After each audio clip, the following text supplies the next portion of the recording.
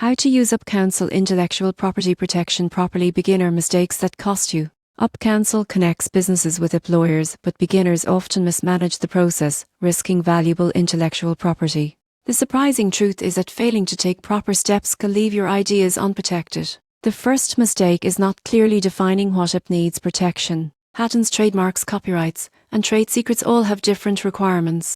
Vague descriptions like "my idea" won't help your attorney file correctly. Another common error is neglecting prior research. Before filing a trademark or patent, a search can prevent conflicts. Skipping this step may lead to rejected applications or legal disputes. Many users fail to communicate deadlines and business priorities. Intellectual property often has strict timelines for filing, renewal, or enforcement. Miscommunication can result in lost rights. Overlooking documentation is another pitfall. Detailed records of creation dates, designs, and agreements strengthen claims.